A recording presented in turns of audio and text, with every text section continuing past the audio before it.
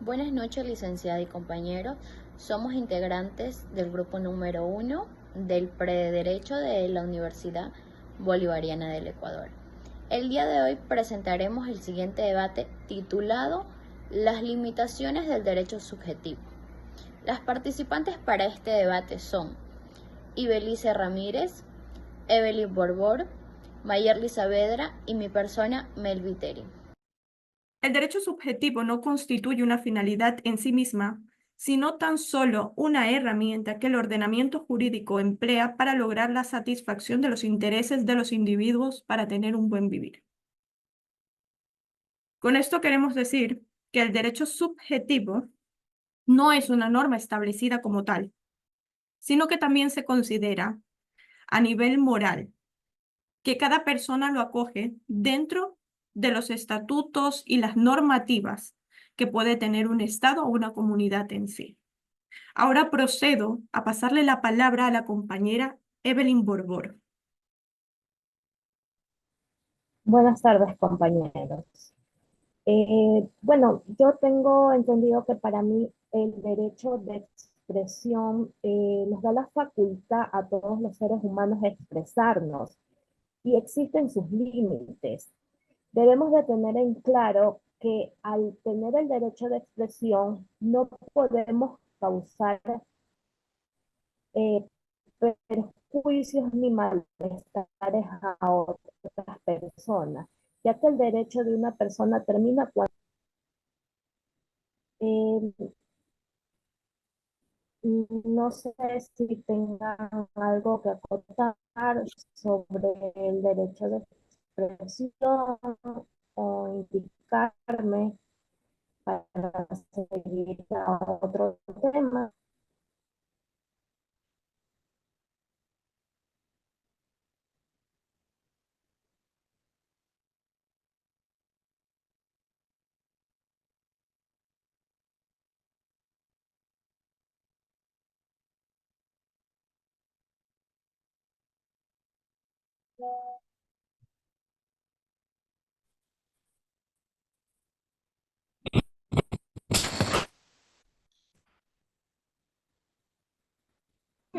¿Se puede proseguir? Sí, compañera. Ya. Bueno, ya usted lo mencionó sobre el tema del cual vamos a tratar, o se está tratando en realidad, que es sobre las limitaciones del derecho subjetivo. Usted ya explicó que el derecho subjetivo no es más que el poder concedido a una persona por un ordenamiento jurídico que le permite obrar de alguna forma o exigir algo. Por ejemplo, tenemos dentro de esto lo que es el derecho a contraer matrimonio, derecho a reclamar una deuda, a hacer un testamento e incluso a pedir una indemnización por algún daño causado. A diferencia del objetivo, pues, que es el conjunto de las normas por las que se rige una sociedad, ya sea de lo civil, de lo mercantil y de lo penal. También cabe mencionar que dentro del derecho subjetivo tenemos tres elementos: un sujeto, un objeto y un contenido.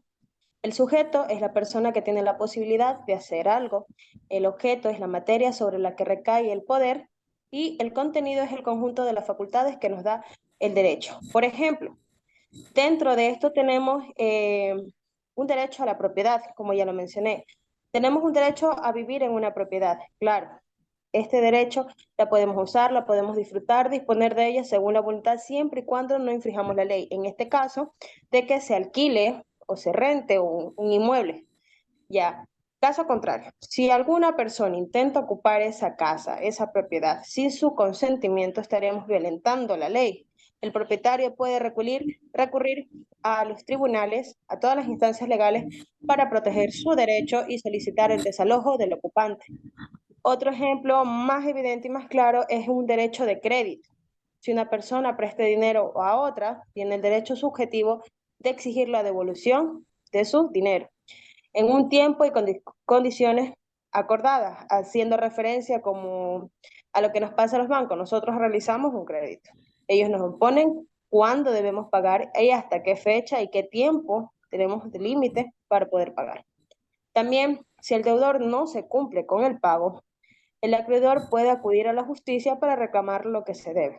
Como lo mencioné, el tema de los bancos, que los bancos pueden incluir y que pueden incurrir a instancias legales y, por último, está esto llamado la central de riesgo, donde entramos a un orden, a un tema ya legal más fuerte, donde creo yo, hasta donde yo tengo conocimiento, la persona no tendría derecho, no tiene la posibilidad de realizar ningún tipo de préstamos en los bancos. Estoy mal si estoy acotando mal o si no me corrige.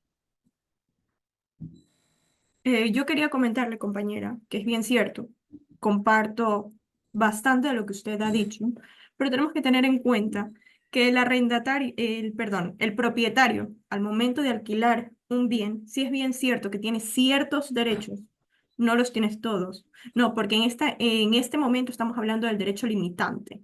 ¿Cuál sería la limitación del derecho en este caso? Sería que el propietario, por más de que su vivienda sea suya por las escrituras, ha firmado un contrato de arrendamiento, el cual ya lo limita. O sea, él no puede ingresar a esta vivienda cuando él quiera o cuando él considere. Él tendría que pedir permiso previamente al arrendatario para poder acceder aquí. Es bien cierto, como usted ya mencionaba, de que el derecho objetivo es una serie de normativas ya establecidas que hay que cumplir de manera coercitiva, ¿vale? Entonces, en este momento estamos hablando de las limitaciones del derecho y si es bien cierto, también podemos considerar en este caso que podríamos tratar que el derecho limitante, en este caso el derecho subjetivo limitante, es como también viene basado también un poco a la moralidad. No sé si ustedes compartan el mismo pensamiento que yo o el mismo criterio, pero yo considero que también en este caso sería como una institución, ¿no? Es decir, la mamá de una familia, bueno, los padres en sí, de una familia pueden estipular normas y reglamentos para sus hijos.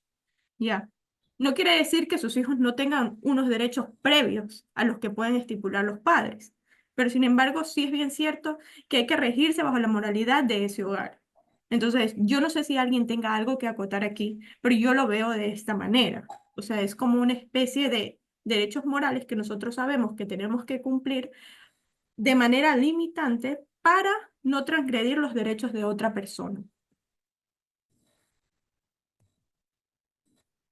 Bueno, en mi caso, yo como persona que tiene, bueno, los inmuebles son de mi mamá, pero ella se encuentra fuera del país y quien maneja, hace el uso de los inmuebles soy yo, entonces yo pongo a estas propiedades en alquiler y como usted lo mencionó, yo hago el contrato de arrendatario.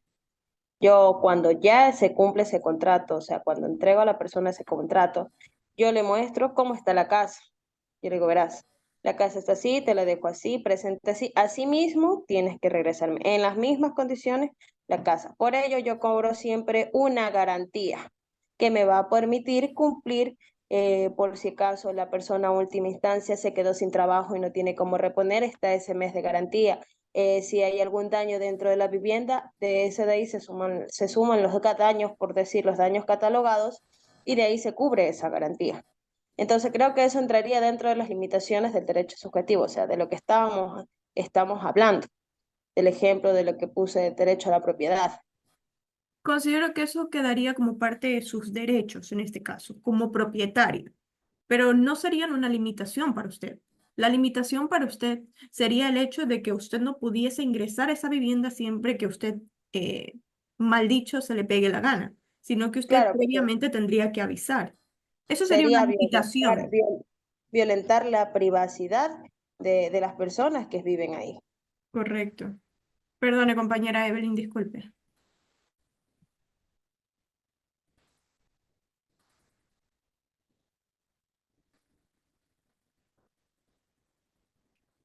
Yo tomo la palabra, opino lo mismo que dice la compañera Idilice, que claro está que hay limitaciones y siempre va a haber un contrato estipulado que hay que sobrellevar lo que dice, no podemos invadir si ya tenemos en nuestra propiedad un inquilino. Y como siempre se cobra lo que indicó la compañera, nunca se puede gastar porque si la persona ya se le tendría que devolver, si no encontramos daños en la vivienda alquilada, pues no.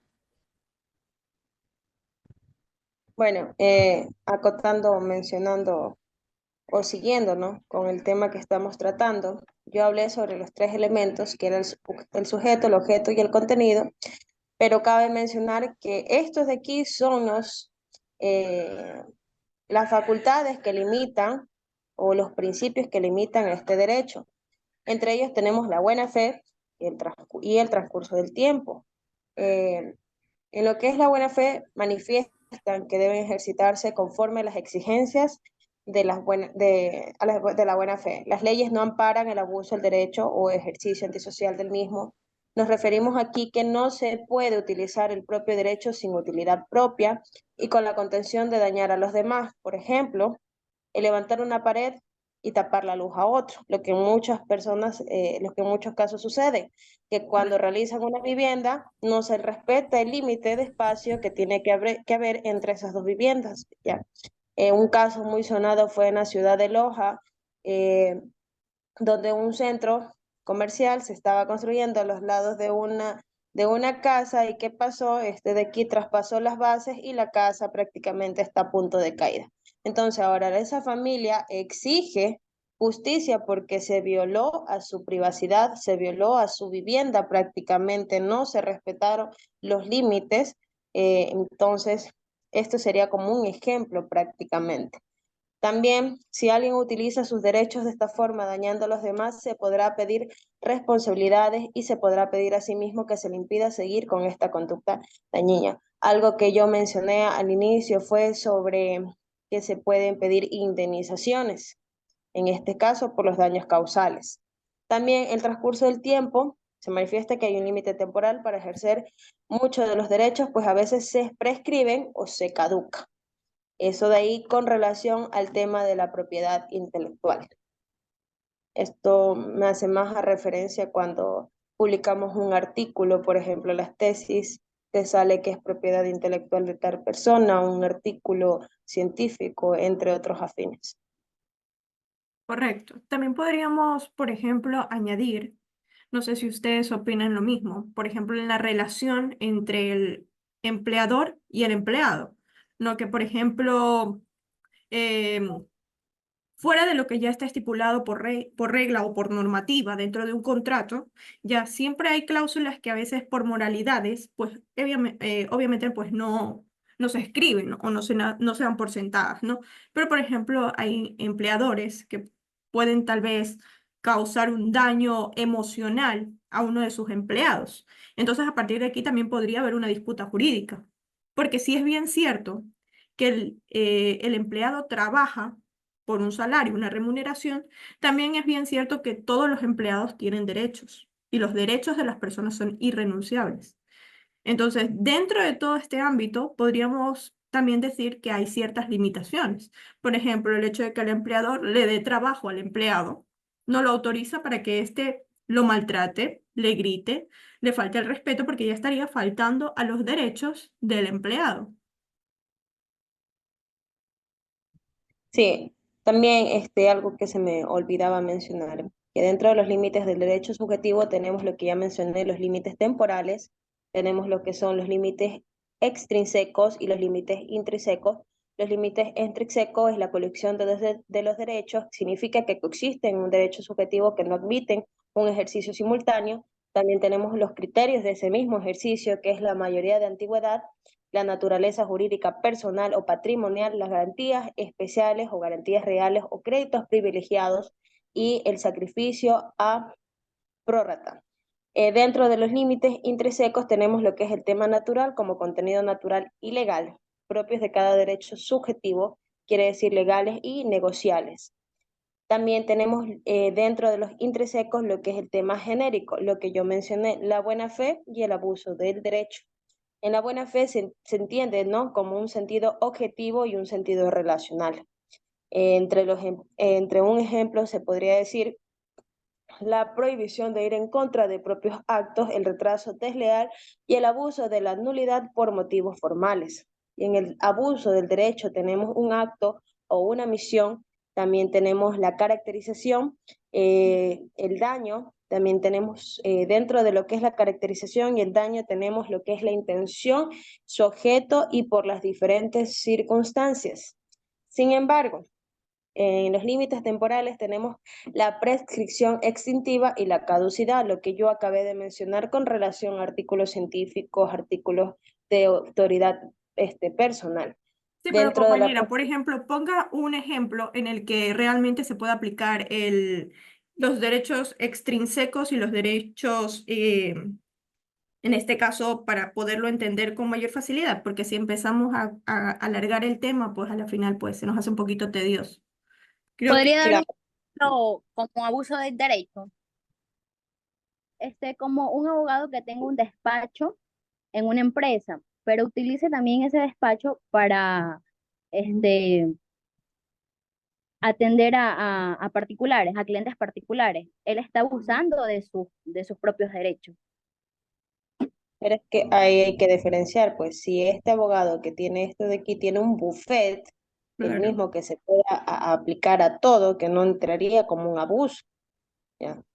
Tendríamos que ver eso, o si trabaja dentro de esa empresa y no tiene un buffet, sea representante de la empresa.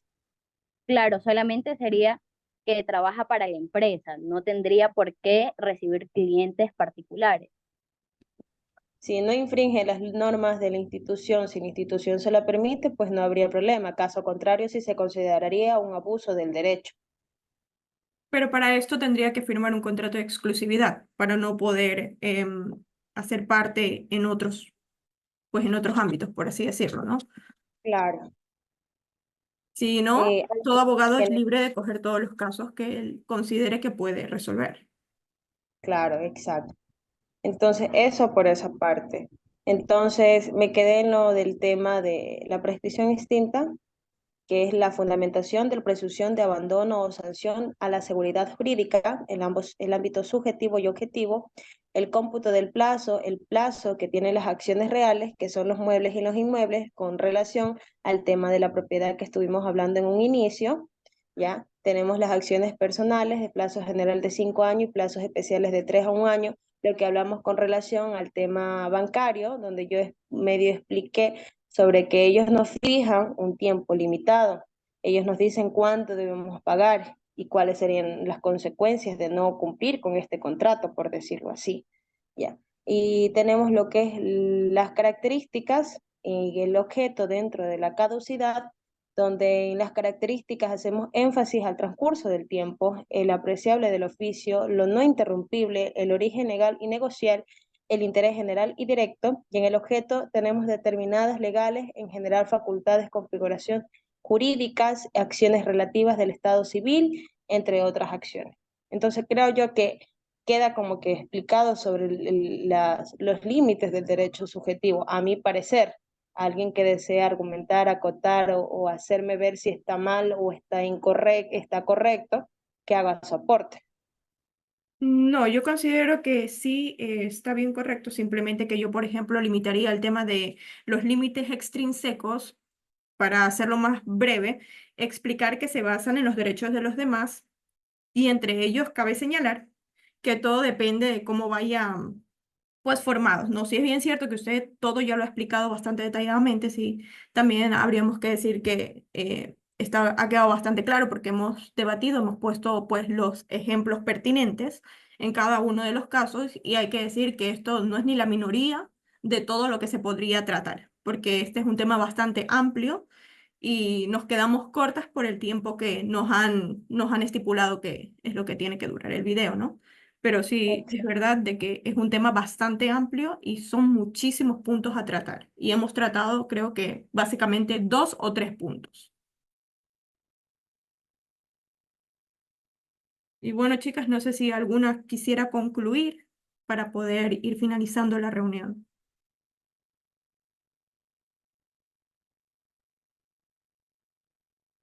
Bueno, creo yo que es importante que toda persona conozca sus derechos. Más que todo es importante conocer las limitaciones de nuestros derechos también, porque de una u otra forma hacen o participan en nuestro diario vivir. Sin querer queriendo, hoy conocí sobre eh, lo de los límites temporales. Antes quizás no tenía un poquito, tenía una base, pero quizás hoy profundicé un poquito más. Conocí sobre los límites intrínsecos y extrínsecos, de lo que quiere llegar o cómo se utilizan, cómo se efectúan. Entonces, en mi parecer, con relación a todo lo explicado, sí, sí es importante que cada persona, que cada persona conozca, como quien dice, las bases de sus derechos para poder defenderse. Correcto, así es. Concluyo con usted, compañera. Todos tenemos derechos, pero asimismo tenemos obligaciones. Y cuando infringimos los derechos de los demás, nuestros derechos van a quedar nulos. ¿Ya? Entonces, es verdad que debemos de conocer los límites. Ante cada acción, una reacción, pero para evitar la reacción es mejor fijarnos unos límites y no sobrepasarnos. Porque también estamos hablando no solamente de objetos, estamos hablando también de personas.